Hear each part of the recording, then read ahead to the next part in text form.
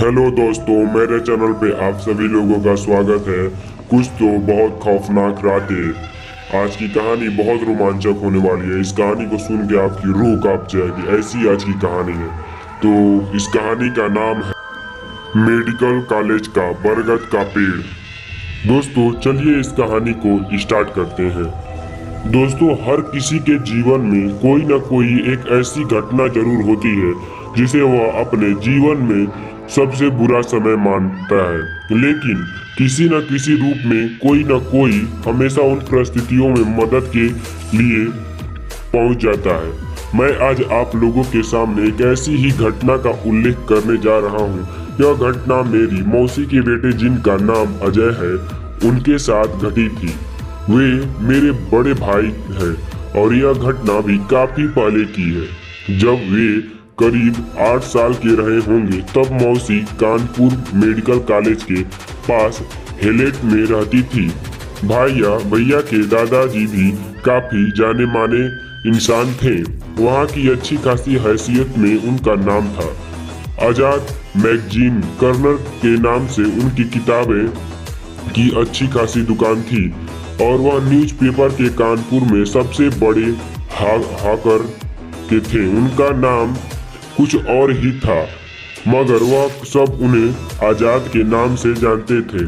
आजाद के नाम से प्रसिद्ध वह व्यक्ति अपने अपन उदारता और सम्यक व्यवहार की परिभाषा थे। मैं भी उन्हें दादाजी ही कहता था और वह मुझे भी उतना ही प्यारा करते थे जितना कि अपने पोते को करते थे। हेलेट में रहने के कारण वह लोग कानपुर मेडिकल कॉलेज के बहुत पास रहते थे। अजय भैया और उनके बड़े भाई अक्सर मेडिकल कॉलेज के पार्क और बगीचे में खेलने जाया करते थे। वहाँ के लोगों के साथ अच्छे व्यवहार की वजह से उन्हें कभी कोई मना नहीं करता था। रोज के जैसे ही दिन चल रहे थे। दिवाली आने को थी और बच्चे की छुट्टियां चल रही थी। दोनों भैया उस दिन साइकिल से खेल रहे थे। बड़े भैया ने अजय भैया को पीछे बैठा रखा था और वो दोनों वही मेडिकल कॉलेज से थोड़ी दूर पर ही साइकिल से घूम रहे थे। फिर घूमते घूमते मेडिकल कॉलेज के पास आ गए। वहां पर बड़े भैया साइकिल से उतर गए और वहां के एक अंकल जो कि पहचान के थे उनसे कुछ बात करने लगे। साइकिल खड़ी थी और उस पर पीछे की सीट पर अजय भैया अभी भी बैठे थे। अभी 5 मिनट ही हुआ होंगे कि अचानक अजय भैया साइकिल समेत नीचे गिर पड़े।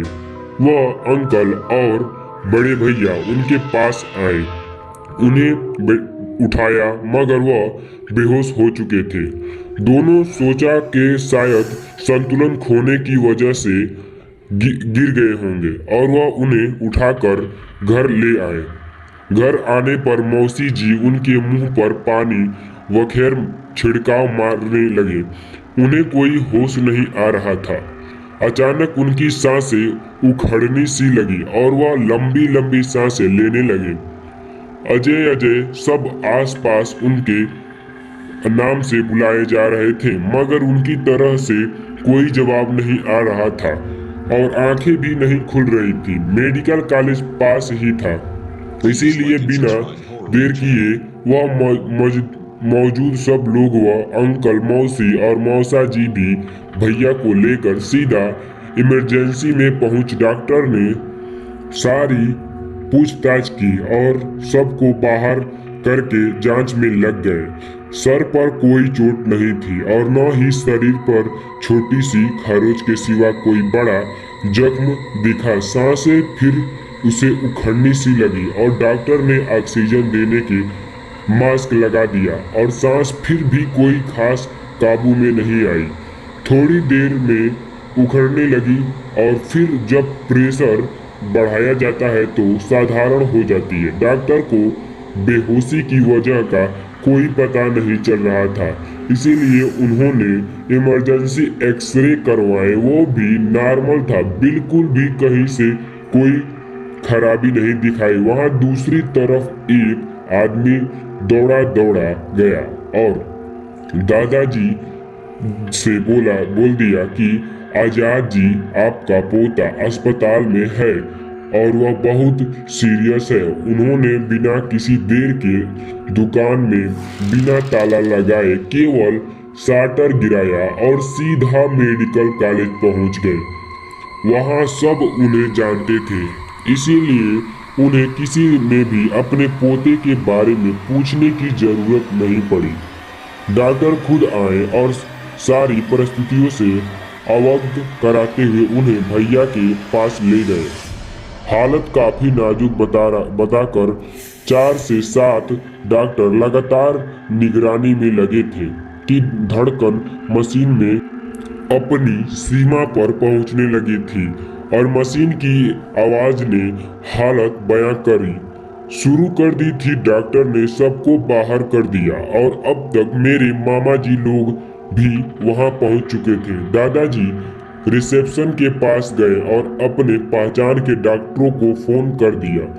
कुछ 10 मिनट के बाद ही वहां पर 4 डॉक्टर और आ गए, जो कि उस मेडिकल कॉलेज के प्रोफेसर थे। दादाजी ने मिलकर उन्हें पहले सारी बात बताई। वह उन्होंने ध्यान से सुना और फिर बिना देर किए उस वार्ड की तरफ बढ़ गए जहां भैया को रखा गया था। उनके दरवाजा खोलने से पहले ही अंदर से बाहर आ रहे डॉक्टर ने दरवाजा खोला और प्रोफेसर को देखते ही कहा कि सर, कोई फायदा नहीं है, लड़का मर चुका है। हालांकि यह बात सुन उसने धीरे से कही, लेकिन दादाजी ने यह बात सुन ली और घबराकर तेज तेज से रोने लगे। बाकी डॉक्टर और प्रोफेसर ने उन्हें संभाला और फिर उनमें से एक प्रोफेसर, जिन्हें सब प्रोफेसर त्यागी के नाम से जानते थे, उन्होंने खुद भैया को चेतक को कहा और उनके साथ बाकी के 3 प्रोफेसर वार्ड में सहायक डॉक्टरों के साथ चले गए और बाहर एक प्रोफेसर अभी भी दादाजी के साथ थे और उन्हें समझा रहे थे कि प्रोफेसर को जांच करने दो, ईश्वर ने चाहा तो सब ठीक हो जाएगा। मौसी जी को तब तक मौसा जी और मामा जी ने घर भेज दिया था, वरना न जाने उनकी क्या हालत होती। अंदर से आने वाली प्रोफेसर की आवाज़ों वहां मौजूद होने लगी।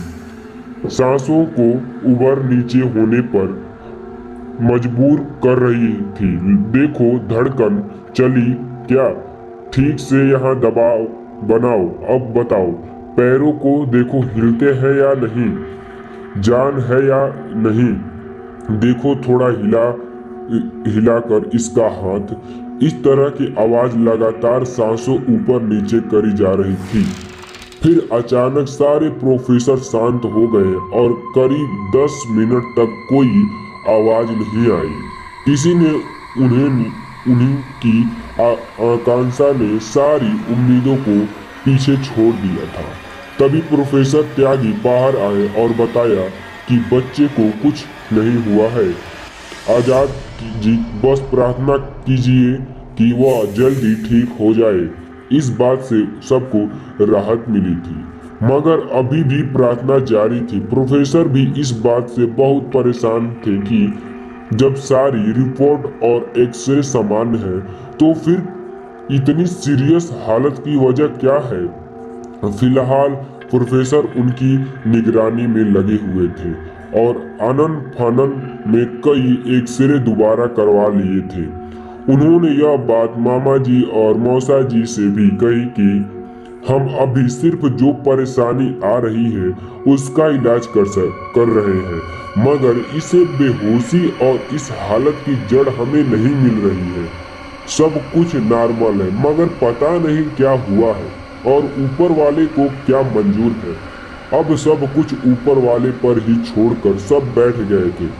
घबराहट और बेचैनी ने दिमाग का चलना भी रोक दिया था। किसी की समझ में नहीं आ रहा था कि क्या किया जाए और जिसके पास जाए रात होने लगी थी। मगर भूख प्यास से बेघर दादाजी, मौसा जी और मामा जी हॉस्पिटल में ही जमे हुए थे। मोबाइल का तब जमाना नहीं था, इसीलिए रिश्तेदारों में यह बात धीरे धीरे फैल रही थी। रात गहरी जा रही थी, पर से पर घर से आया हुआ खाना जस का तस रखा था, मगर किसी का खाने का मन नहीं हो रहा था। फिर दादाजी को घर भेजकर मामा जी और मौसा जी की ही केवल हॉस्पिटल में रुके थे और आईसीयू में भर्ती भैया की समय समय की खबर ले रहे थे। भैया की हालत वैसे ही बनी हुई थी, कोई होश नहीं था। उन्हें रात के करीब 1 बजे मामा जी सिगरेट पीने के लिए बाहर गए। वह सिगरेट पीते हुए टहल रहे थे और वे सोच रहे थे कि न जाने क्या होने वाला है और क्या हो सकता है। तभी पीछे से आवाज आई, काका भैया नमस्कार। मामा जी ने पीछे मुड़कर देखा और बिना मुस्कुराए जवाब दिया, अरे तांत्रिक लाल, कैसे हो? हम तो ठीक हैं, आप बताइए इतनी रात को और यहाँ कैसे? उन्होंने मामा जी से पूछा। मामा जी ने शुरू से आखिरी तक सारी बात बताई। इतना कुछ हो गया, हमें बताया भी नहीं, हम तो यही हैं ड्यूटी पर, बस पीछे मुर्दा घर में। उन्होंने मामा जी परेशानी समझ हुए कहा, क्या बताएं भैया, सुबह से तो खाने पीने का भी होश नहीं है। घर पर दीदी भी बेहाल पड़ी है, समझ नहीं आ रहा क्या हो रहा है, क्या होगा। मामा जी ने अपना हमदर्द समझकर अपना सारा दुख नम आंखों से उनके सामने रख दिया। भैया परेशान न हो, बस 3 घंटे और रुक जाओ, सुबेरा होते ही बस हम अपना झोला ले आएंगे, फिर देखते हैं कहीं कोई बात तो नहीं। उन्होंने मामा जी से कहा, देखो भैया, जैसा बन पड़े करो, बस यह ठीक हो जाए। मामा जी ने उनसे ना उम्मीद से कहा। उसके बाद थोड़ा इधर उधर की बात की और वापस आकर मामा जी भी वहीं आईसीयू के बाहर बैठ गए। जस के तस रहकर किसी तरह से दोनों ने वहीं पर रात गुजारी थी। रात भर भैया में कोई बदलाव न देखे हुए डॉक्टर ने उन्हें आईसीयू से अलग कर एक वार्ड में स्थानांतरित कर दिया। सुबह दादाजी और मौसी जी भी आई और रोते बिलखते किसी तरह अपने बेटे को देखा और फिर मौसा जी के साथ घर चली गई। मामा जी ने दादाजी मंत्री तांत्रिक लाल के बारे में बताया और उनकी इजाजत मांगी। उन्होंने अपने बेटे के लिए जिस तंत्र मंत्र पर कभी विश्वास नहीं करते थे, उसे भी इजाजत दे दी। शायद कोई चमत्कार हो जाए और अजय ठीक हो जाए। मामा जी भी घर गए और जल्दी से जल्दी नहा धोकर वापस आ गए, क्योंकि उन्हें तांत्रिक लाल से जो मिला था। खैर, तांत्रिक लाल को आने में देर हुई तो 3 बजे की बजाय 7:30 बजे आए, मगर उनकी आने में देरी को लेकर किसी ने कोई आपत्ति नहीं जताई। मामा जी उनके इंतजार में थे और उनके आते ही सीधा उस वार्ड की तरफ बढ़ गए जहां भैया को डॉक्टर ने रखा था। मामा आराम से जाकर अंदर दादाजी से बातें करने लगे कि इनके जिनके बारे में बताया था वह आ गए हैं, लेकिन यह क्या हो, दरवाजा के बाहर ही खड़े थे। मामा जी ने उन्हें अंदर आने का इशारा किया, मगर फिर भी वहीं खड़े रहे। अंदर आने की कोशिश करते और फिर से वहीं खड़े हो जाते। यह देखकर मामा जी को अजीब लगा और मामा जी ने जाकर उनसे पूछा, क्या हुआ भैया, अंदर क्यों नहीं आ रहे? काका भैया, हम बहुत कोशिश कर रहे हैं, लेकिन यह लड़का जिसकी चपेट में है वह इतनी प्रबल शक्ति है कि हम खुद को जिस विधा से बांधे हैं उसके साथ हम इस कमरे में घुस ही नहीं सकते। उन्होंने थोड़ी सी माथे पर चिंता की लकीरों को उभर कर कहा, मामा जी इस बात से थोड़ा परेशान हुए और बोले, अब क्या करें भैया, अब कैसे क्या होगा, थोड़ा समय दो, अभी बातें बताते हैं क्या करना है और क्या होगा।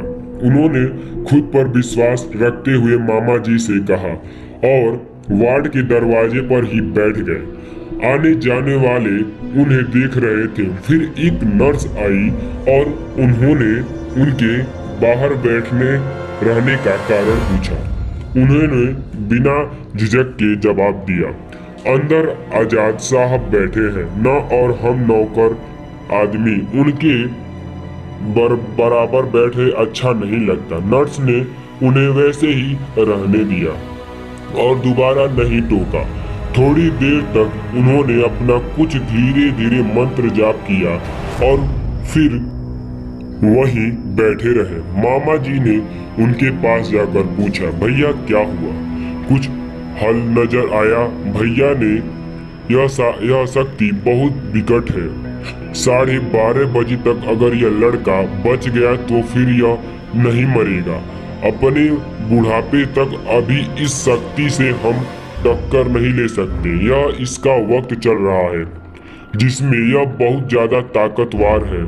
यह हमको अंदर नहीं घुसने दे रहा है, न हम भी इसे बाहर निकाल देंगे। हम भी यही डेरा जमाए रहेंगे, देखते हैं कितने खेल दिखाता है। इतना कहकर वो फिर से अपने किसी मंत्र को शांति से पढ़ने लगे और मामा जी वापस जाकर बैठ गए। समय 10 बज रहे थे।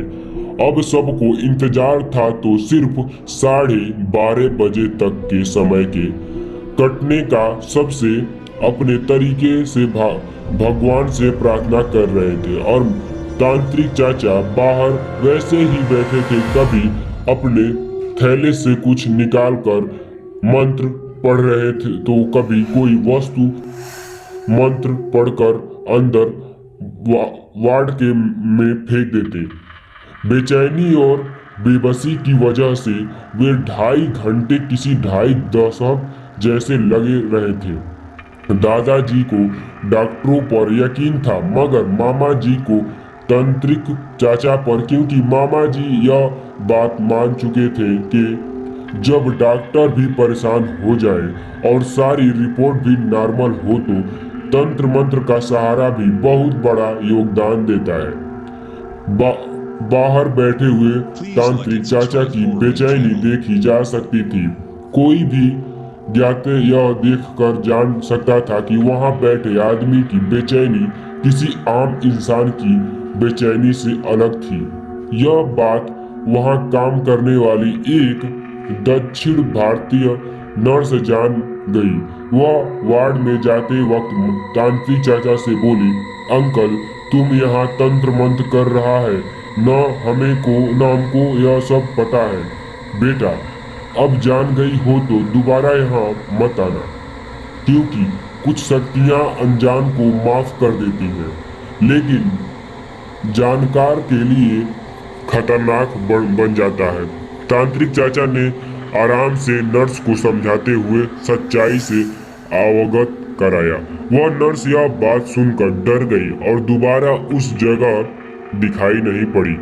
मामा जी और तांत्रिक चाचा पर मानसिक दबाव बना जा रहा था। एक चूक या लापरवाही अगर होती तो 2 जाने जाती, एक जो पहले से गिरफ्त में थी और दूसरी जो उसमें टक्कर ले रही थी। किसी तरह से तो 12 बजे तक का समय कट गया। मौसी जी और मौसा जी खाना लेकर अस्पताल में आ चुके थे, लेकिन अब जैसे जैसे उसका प्रबल समय खत्म हो रहा था उस शक्ति ने अपना खेल दिखाना शुरू कर दिया। भैया की सांसें ऊपर नीचे होने लगी और आंखें पलट गई। उनकी खुली आंखों में सिर्फ सफेद नजर आ रही थी।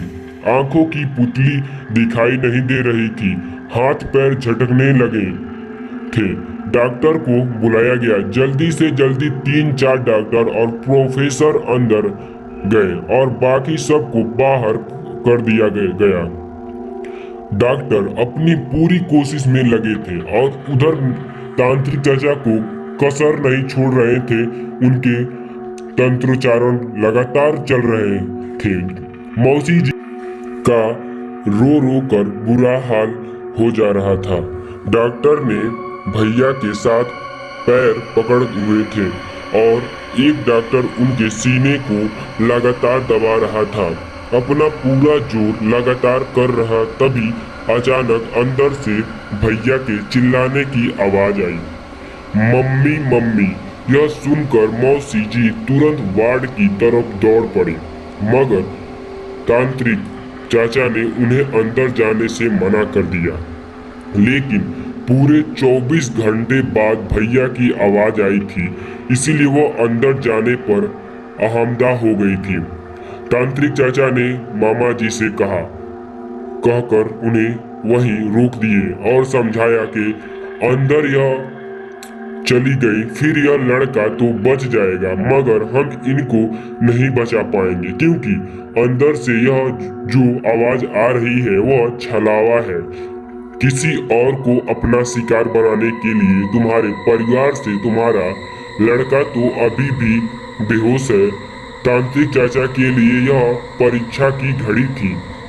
दूसरी तरफ डॉक्टरों का इस बात से थोड़ी सी आशा नजर आई और वह अपने पूरे दिलो जान से जो हो सकता था कर रहे थे।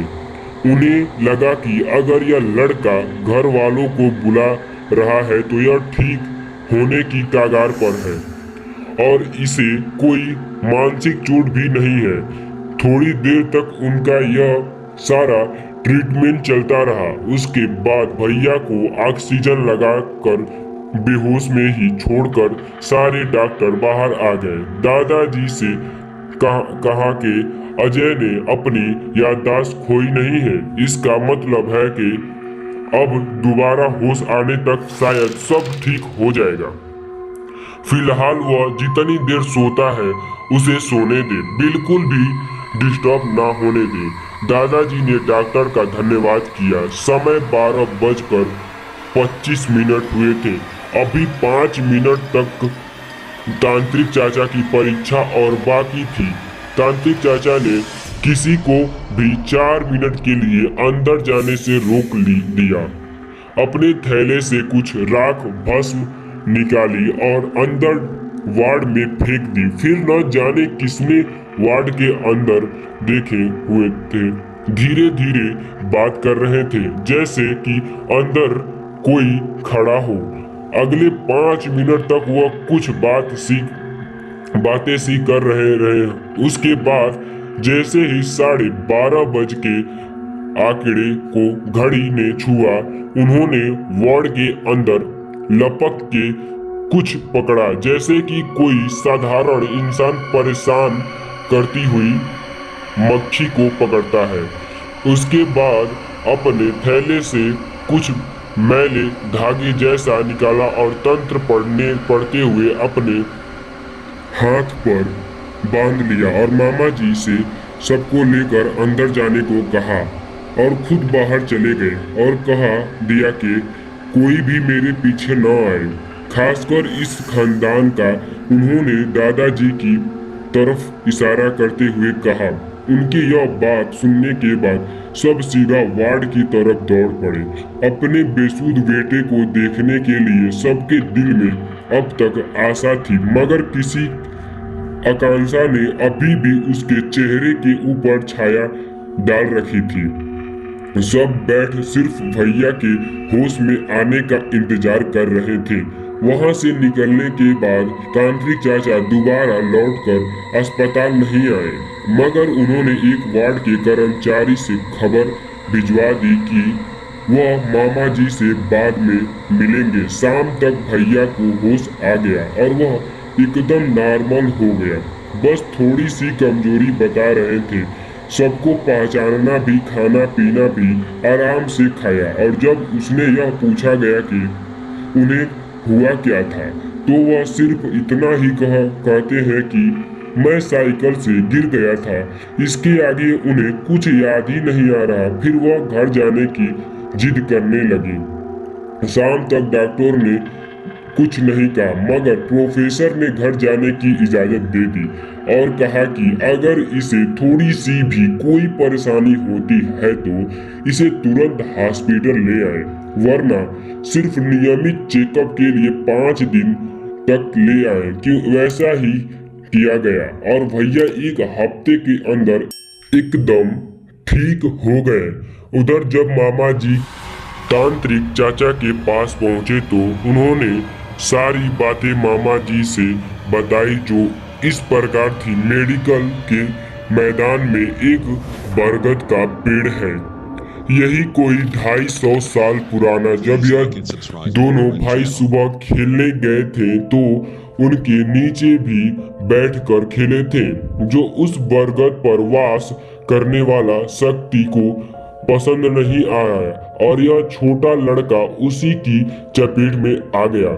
वैसे वह शक्ति चाहती तो दोनों को वहीं खत्म कर सकती थी, मगर दोनों बच्चे हैं, इसीलिए उसने सिर्फ परेशान किया सबको। इतना ही नहीं, वह जिंदगी भर के लिए इसे परेशान करना चाहती थी। उसका असर यह होता कि यह अपने बुढ़ापे तक या फिर जब तक इसकी जिंदगी है तब तक उसी हाल में बेसुध पड़ा रहता। जिंदा लाश की तरह मामा जी ने अपने अजरज के से सुना और फिर एक प्रश्न किया, तो फिर तांत्रिक भैया इसे काबू कैसे किया? उन्होंने इसका भी उत्तर दिया, यह शक्ति यहाँ सब जगह पर घूमती है, आजाद होकर कोई इसे यहाँ से न हटा सकता है और न ही इसे पकड़ सकता है। पहले हमने तो वह उस वार्ड को बांध दिया जिससे में वह बाहर न आ सके। फिर हमने उसको यह धमकी दी कि अगर उसने इस बच्चे को नहीं छोड़ा तो फिर इसे पेड़ पर बांध देंगे, हमेशा हमेशा रहना पड़ेगा उसे कैद की तरह। इसीलिए उसने अपनी आजादी के लिए अजय को छोड़ दिया। मामा जी ने अगला सवाल पेश कर दिया, भैया वह शक्ति आखिर थी कौन सी? इस सवाल पर तांत्रिक चाचा मौन चित्र गए और मामा जी दोबारा बार बार प्रश्न करने पर सिर्फ इतना कहा कि आम इंसान के लिए उसका नाम लेना ठीक नहीं है। उसने मुझसे वचन लिया है कि मैं उसका अस्तित्व किसी को न बताऊं, मगर सिर्फ इतना जान लो वह हो शक्ति ब्रह्म के आसपास की थी। यह सुनकर मामा जी का गला सुर्ख हो गया और उन्होंने आगे कोई प्रश्न नहीं किया, बस थोड़ी देर वहां रुके और वापस घर चले आए। मुझे यह घटना मामा जी ने ही बताई थी। मैंने तांत्रिक चाचा की क्रियाओं के बारे में पूछा तो उन्होंने कहा यह तांत्रिक चाचा ने कभी किसी साथ अपने राज नहीं बांटे, इसीलिए यह बात बताना मुश्किल है। जब मैंने उनसे पूछा कि बर्म क्या होते हैं तो उन्होंने मुझे सिर्फ इतना बताया कि बरगद के पेड़ों का अस्तित्व इन बर्म ही निर्भर करता है। इसीलिए अगर कभी मेरा उस तरफ आना जाना हो तो उस बरगद के पेड़ की जय जय कर लूं। एक शक्ति नहीं, एक 250 साल का बुजुर्ग समझकर आज भी अक्सर आते जाते मुझे वह पेड़ दिख जाता है जो सिर्फ जय हो के शिव न कोई नाम और न ही कोई और शब्द में आता। हेलो दोस्तों, ये कहानी आप सब लोग को कैसी लगी? अच्छी लगी तो कमेंट बॉक्स में जरूर बताएं। चलिए मिलते हैं अगले कहानी में, तब तक के लिए बाय।